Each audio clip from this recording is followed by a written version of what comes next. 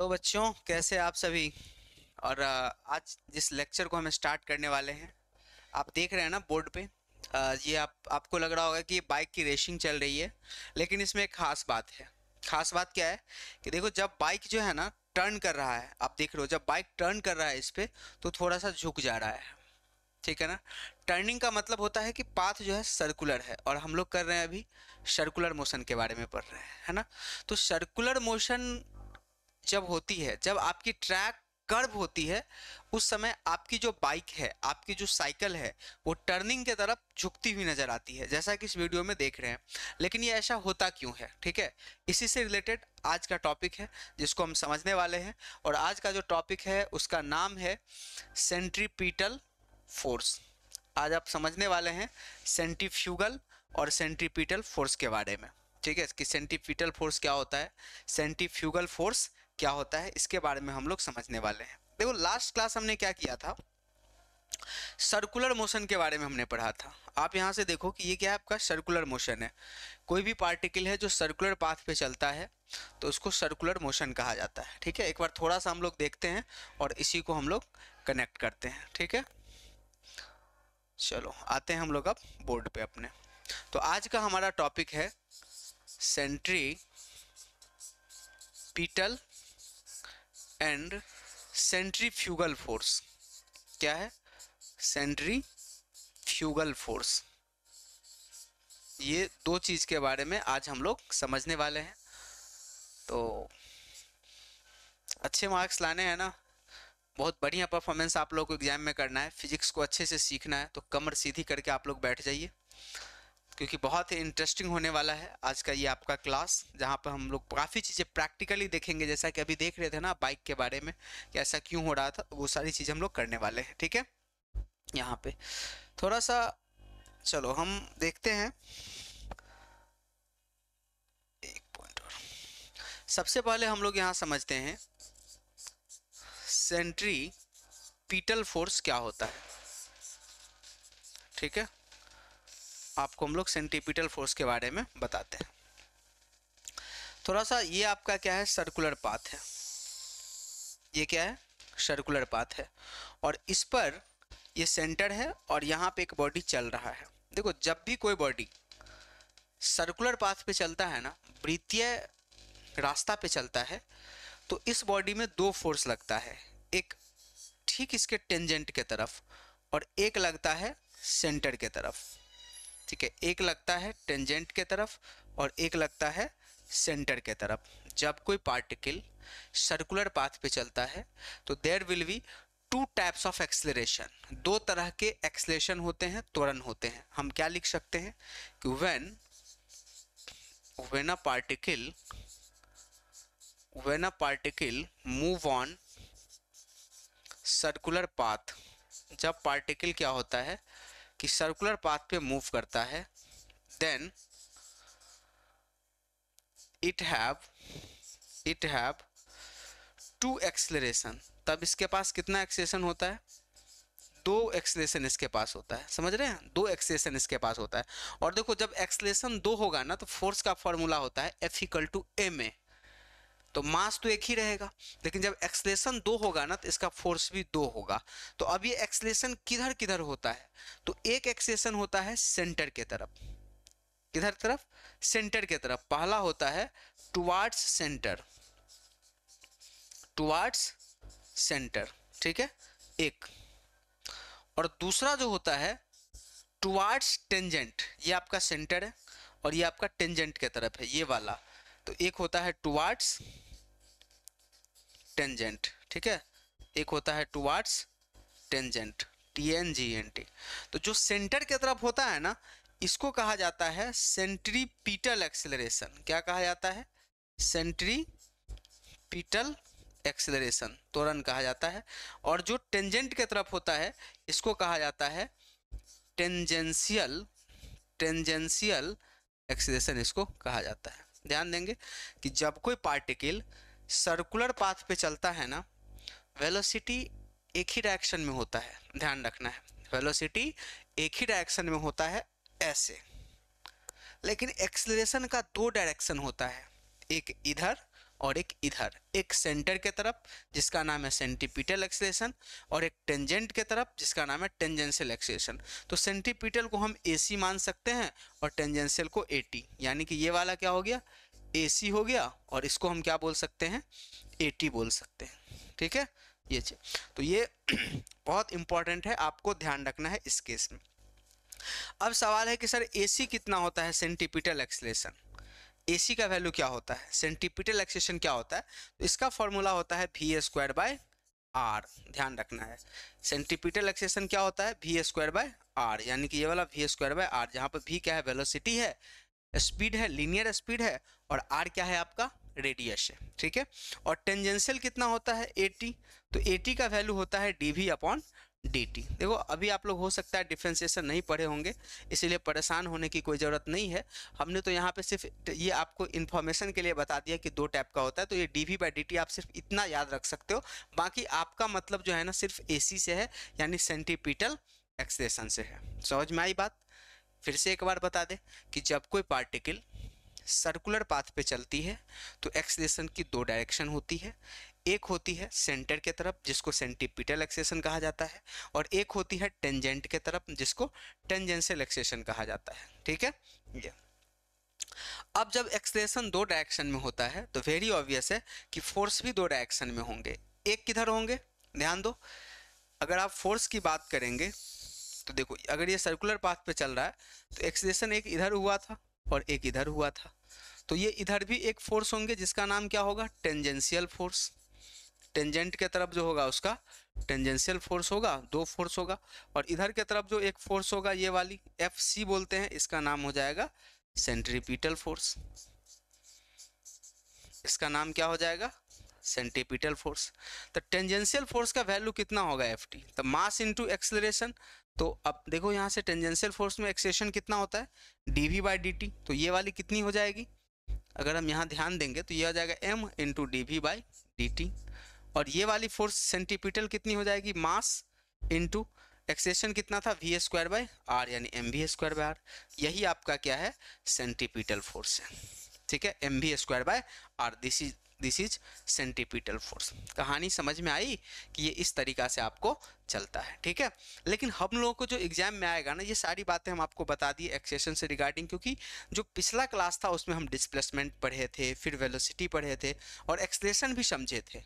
और आज एक्सेलरेशन को आगे बढ़ाते हुए हम क्या समझें कि एक्सेलरेशन की दो टाइप होती है, एक टेंजेंट के तरफ और एक सेंटर के तरफ। जो सेंटर के तरफ होता है उसको सेंटीपिटल एक्सेलरेशन कहा जाता है, और उस एक्सेलरेशन के कारण से जो फोर्स होता है उसको सेंटीपिटल फोर्स कहा जाता है। ठीक है, तो बेसिकली अब सेंटीपिटल फोर्स की अगर हम लोग से पूछा जाए कि क्या डिफिनेशन है, तो हम लोग लिखेंगे क्या आप, क्योंकि आपके एग्जाम में तो पूछा जाएगा ना, इस टाइप से पूछा जाएगा कि सेंटीपिटल फोर्स किसको बोलते हैं, FC। आपको क्या लिखना है, व्हेन ए पार्टिकल, अपने वर्ड्स में लिखना है कि when a particle move on circular path, move on circular path, जब ये सर्कुलर पाथ पे मूव करता है। अब देखो सर्कुलर पाथ पे मूव करता है ना, तो यूनिफॉर्म और नॉन यूनिफॉर्म, जो कि पिछला क्लास बताए थे, इस दोनों कंडीशन में, चाहे यूनिफॉर्म हो चाहे नॉन यूनिफॉर्म हो, दोनों कंडीशन में लागू होगा move on circular path, then a force acting towards centre. देखो इतना लिख देना है आपको, टुवार्ड्स सेंटर, सेंटर के तरफ। ठीक है ना, this force is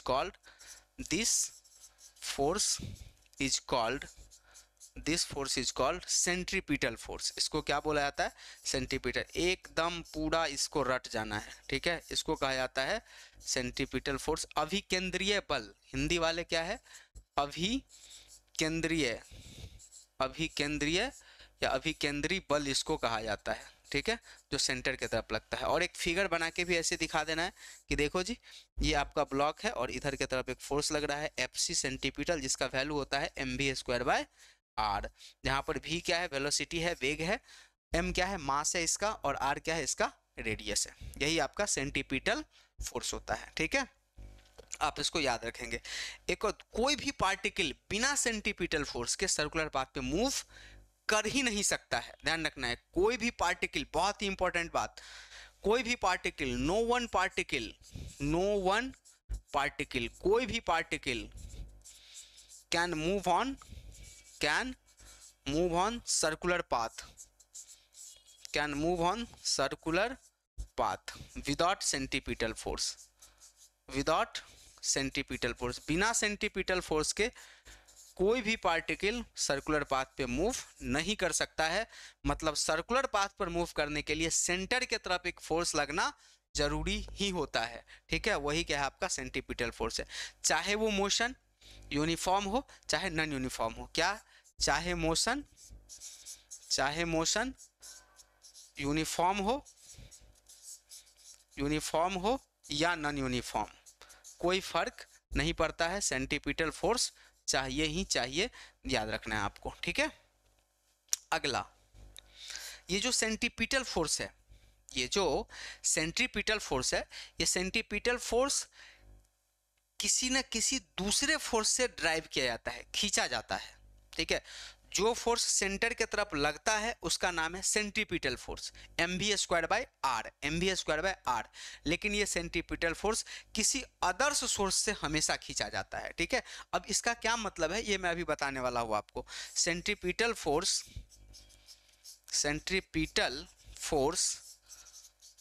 is driven by other force, ये दूसरे फोर्स से खींचा जाता है हमेशा। इसका क्या मतलब हुआ यहाँ पे समझते हैं। देखो, जब कोई पार्टिकल, अगर हम एग्जाम्पल में बताएं, जैसे कि एग्जाम्पल में हम कह क्या रहे हैं, ये आपका क्या है, एक रस्सी है और रस्सी से एक ये बंधा हुआ है। ठीक है, रस्सी से क्या बंधा हुआ है, एक छोटा सा बॉल बंधा हुआ है, और ये रस्सी को आप ऐसे ऐसे घुमा रहे हैं, रस्सी को आप ऐसे ऐसे घुमा रहे हैं, कैसे, ऐसे, ये देखो रस्सी को आप ऐसे ऐसे घुमा रहे हैं। देखो जी, ये मैं दिखा रहा हूँ आपको, ये कैसे कैसे घूम रहा है आपका रस्सी। एक मिनट कहाँ गया भाई ये रस्सी, एक मिनट मैं आपको दिखा रहा हूँ। ये देख लो, ये देखो, है ना, ये क्या है आपका बॉल है ना, ये वाली, ये आप देख सकते हो। एक मिनट, ये आपका क्या है, देखो पकड़ा हुआ है हाथ से, ये रस्सी है और ये बॉल को क्या कर रहा है, ऐसे ऐसे घुमा रहा है। ठीक है ना, ऐसे आप भी घुमाते हैं।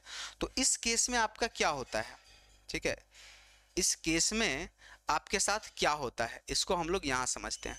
जब आप रस्सी को इस प्रकार से घुमाते हैं ना, तो रस्सी में तनाव आता है। रस्सी में क्या आता है, स्ट्रिंग में तनाव आता है, स्ट्रिंग में तनाव, टेंशन क्या आता है, टेंशन फोर्स आता है।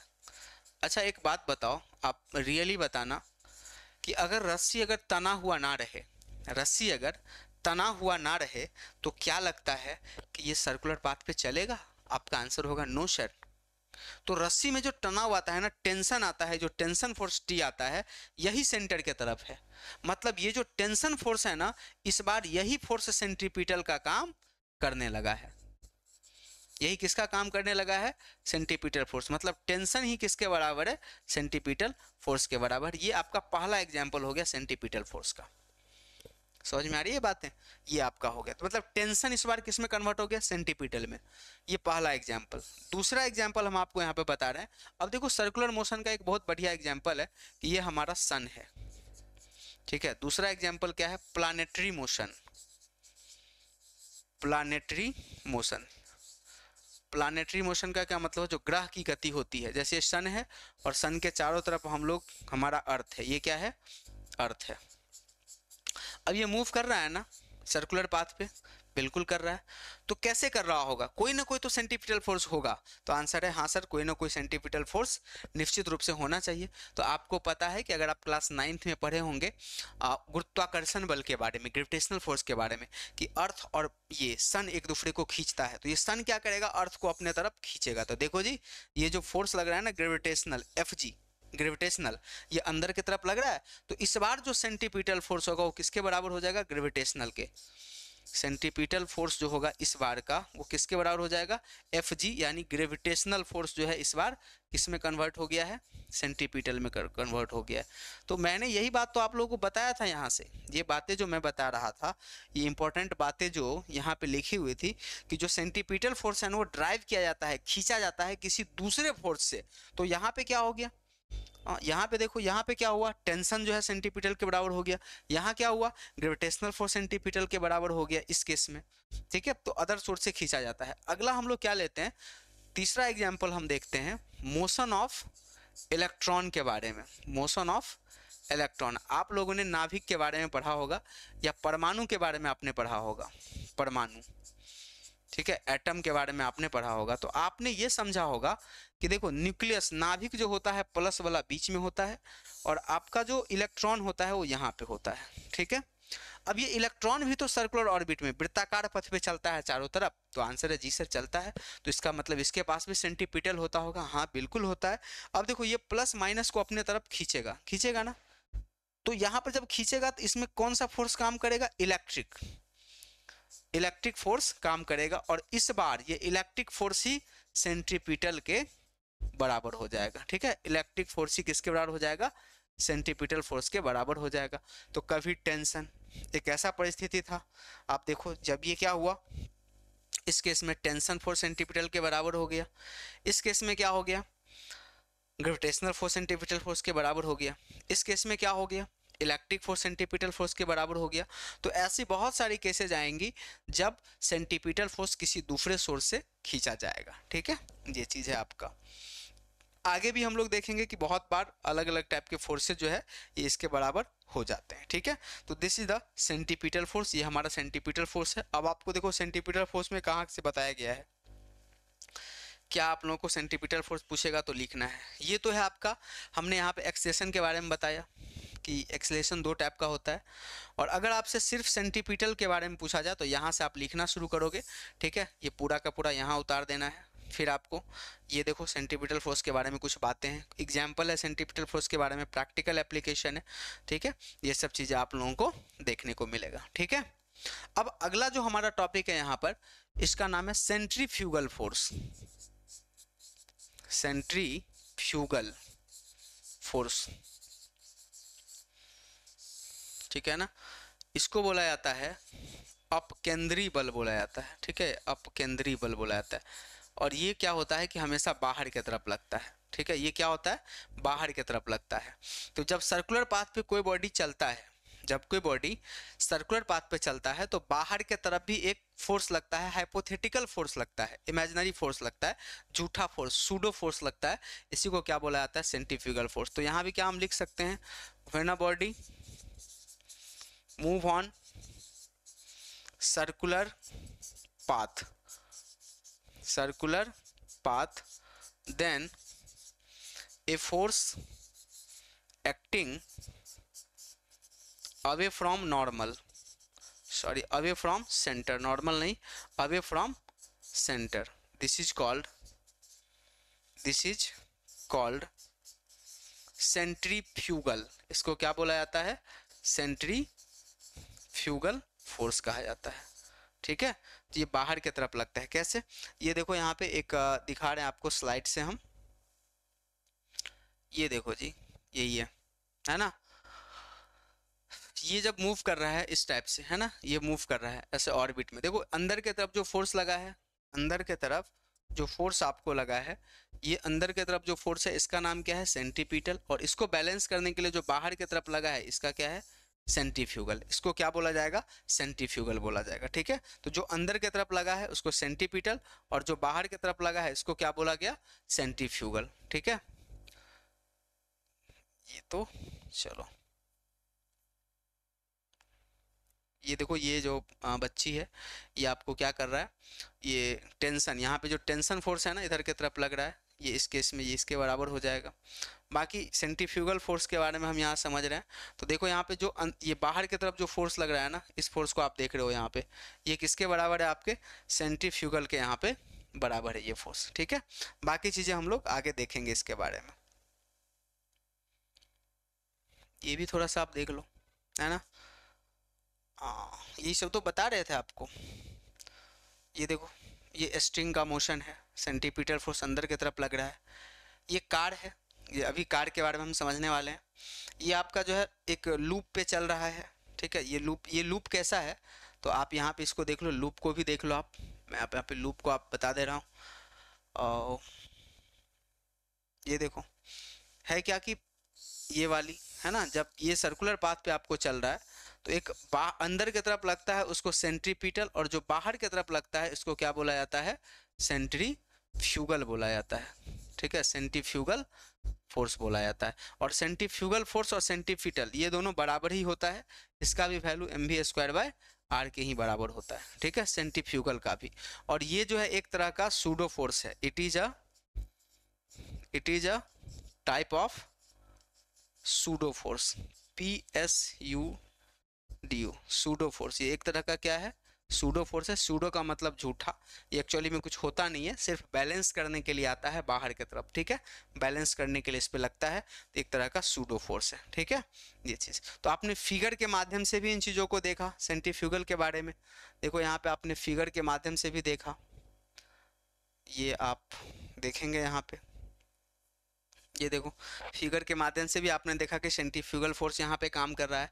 तो आप लोगों को इसी तरीका से इसको लिख लेना है सेंट्रीफ्यूगल फोर्स के बारे में, ठीक है। देखिए अब जिस ट्रैक की हम बात कर रहे थे, जैसे कि अब मान लेते हैं रोड है यहाँ पे, ठीक है। ये रोड मान लीजिए ऐसा हो गया, ये रोड ऐसे करके आया और ये रोड ऐसा हो गया।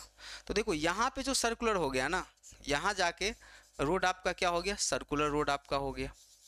ये ठीक आ रहा था। तो यहाँ पे जब कोई भी कार चलेगा ना यहाँ पे, तो देखो इधर के तरफ एक है, वेलोसिटी इधर के तरफ है, इसका स्पीड इधर के तरफ है, लेकिन एक्सेलेरेशन क्या है, इसका सेंटर किधर होगा। देखो इसका जो सेंटर होगा वो यहाँ पे होगा, तो इधर के तरफ फोर्स लगेगा, ठीक है। इधर के तरफ ये जो सेंटर की तरफ फोर्स है, यही क्या हो जाएगा, सेंट्रीपिटल हो जाएगा। लेकिन इस बार सेंट्रीपिटल किसके बराबर होगा, तो आप देखो ये नीचे की तरफ है ना, तो इधर वेट काम करेगा।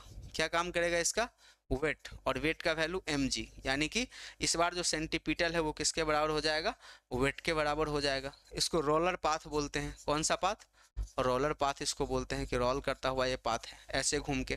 तो ये भी आपको एग्जाम्पल में आ जाएगा, ठीक है।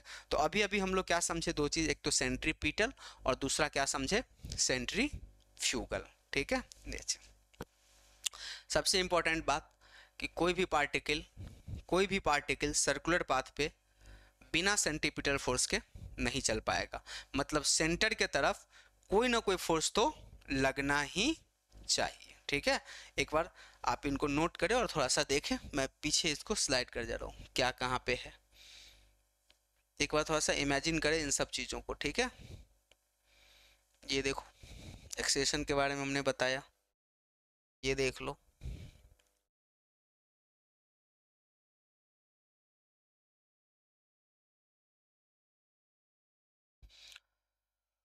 चलो आगे बढ़ते हैं और हम लोग देखते हैं मोशन ऑफ साइक्लिस्ट।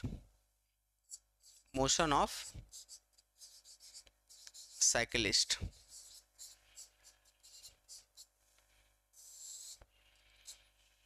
देखो साइक्लिस्ट मतलब साइकिल सवार। जब कोई साइकिल सवार सीधी रेखा पे चलती है ना, ठीक रोड पे, तो एकदम सीधा चलती है ऐसे। लेकिन जब यही एक सर्कुलर ऐसे मोड़ आएगा ना, तो ये इधर की तरफ झुक जाएगा, बिना झुके नहीं चल सकता है। अब ये झुकता क्यों है, क्यों झुकता है, तो पहले देखो तो सही ये झुकता है कि नहीं झुकता है। इसके लिए देखो यहाँ पे मैंने आप लोगों के लिए अभी जो एक वीडियो दिखाई थी, ये देख लो आप। देखो ये देखो, ये साइक्लिस्ट का देखो आप, जब यहाँ पे जब सर्कुलर पाथ है ना, ऐसे ऐसे करके देखो, ये ऐसे करके रोड घूम रहा है, तो इसका क्या है कि सीधा ना रह के ये ऐसे हो गया है, टेढ़ा हो गया है, ठीक है, तभी घूम पा रहा है। आप लोग भी इन चीज़ों को फील करोगे, जब आप देखोगे ना तो इसको फील करोगे, ठीक है।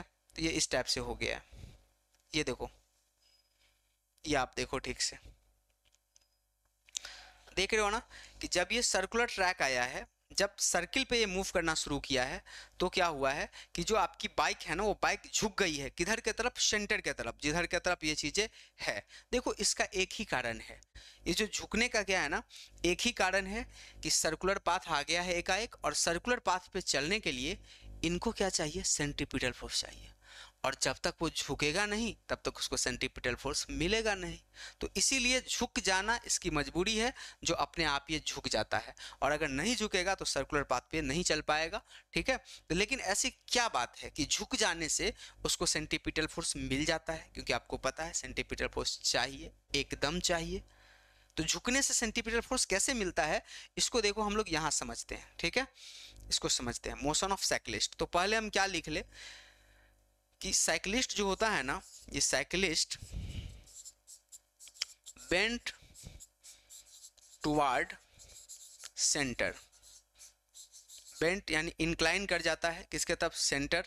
व्हेन इट पासेज, जब ये पासेज करता है through a circular track, through a circular track, जब ये सर्कुलर ट्रैक से पास करता है, ठीक है, तब वो क्या होता है? बेंड कर जाता है। ऐसा क्यों? It is because of centripetal force. ये किसके वजह से ऐसा करता है? सेंट्रीपिटल फोर्स की वजह से ऐसा करता है। लेकिन ऐसा करने से सेंट्रीपिटल फोर्स इनको कैसे मिल जाता है, ये देखो आप। जैसे कि ये आपका सर्कुलर ट्रैक है, ये वाली आपकी सर्कुलर ट्रैक है, ये ग्राउंड है, कोई भी ग्राउंड हो सकता है, और ये इसका रेडियस है। देखो साइक्लिस्ट जा रहा था सीधा, ये साइक्लिस्ट थोड़ा सा ऐसे झुक गया, ठीक है ना। ये साइकिल है, ये साइकिल है आपका, ये साइक्लिस्ट थोड़ा सा झुक गया, ये देखो साइक्लिस्ट थोड़ा सा झुक गया। अब देखो झुकने से क्या हुआ, यहाँ पे इसके व्हील होंगे ना, टायर्ड होंगे। तो जैसे ही ऐसे झुकेगा, देखिए कोई भी चीज़ ऐसे चल रहा है, जब ऐसे झुकेगा तो इसमें क्या होगा, इधर के तरफ स्लिप करने की कोशिश करेगा, इधर के तरफ स्लीपिंग टेंडेंसी इसकी हो जाएगी, फिसलने की टेंडेंसी हो जाएगी। क्लियर है ना? स्लीपिंग हो जाएगा। जब इधर स्लीपिंग होगा तो इसका जो टायर में जो गिट्टी होता है ना, ये गिट्टी इधर की तरफ एक फ्रिक्शन फोर्स लगा देगा। क्या लगा देगा जी? फ्रिक्शन लगा देगा। क्लियर है बात? फ्रिक्शन लगा देगा। अब ये फ्रिक्शन किधर लगा जी? सेंटर की तरफ लगा।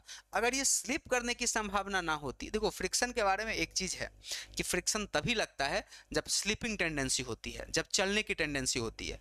तो जब ये इधर की तरफ झुक गया थोड़ा सा, तो स्लिपिंग इधर बना, तो फ्रिक्शन इधर लगा। और ये फ्रिक्शन किधर लगा जी? सेंटर की तरफ लगने लगा। और फ्रिक्शन जब सेंटर की तरफ लगा, इसका मतलब सेंट्रीपिटल फोर्स उसको मिल गया।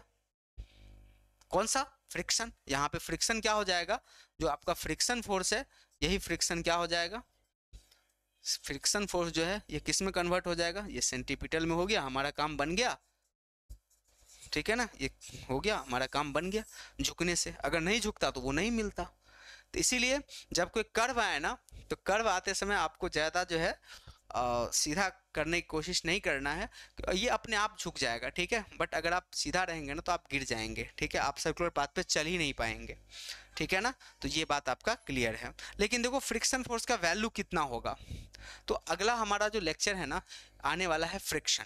तो फ्रिक्शन जब आएगा तो एक बार फिर से हम इन चीज़ों को देखेंगे और वहाँ पर हम कैलकुलेट भी करेंगे कि फ्रिक्शन फोर्स कितना होता है, वेलोसिटी कितना चाहिए, सेंट्रीपिटल फोर्स कितना चाहिए।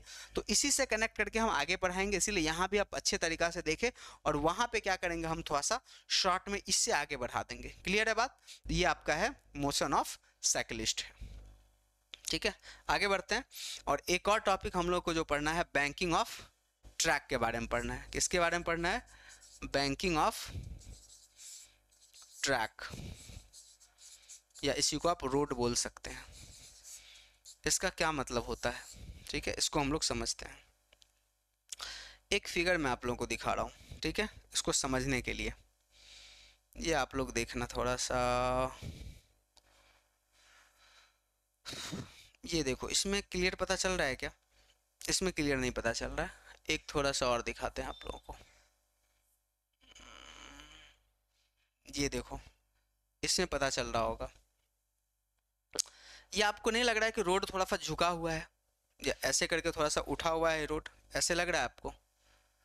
आप गौर करेंगे ना, जब आप जाएंगे किसी नेशनल हाईवे पे, एनएच पे जाएंगे, तो आपको ये चीज़ देखने को मिलेगा कि आपकी जो हाईवे है ना वो एकदम सीधी जा रही है, सीधी जा रही है।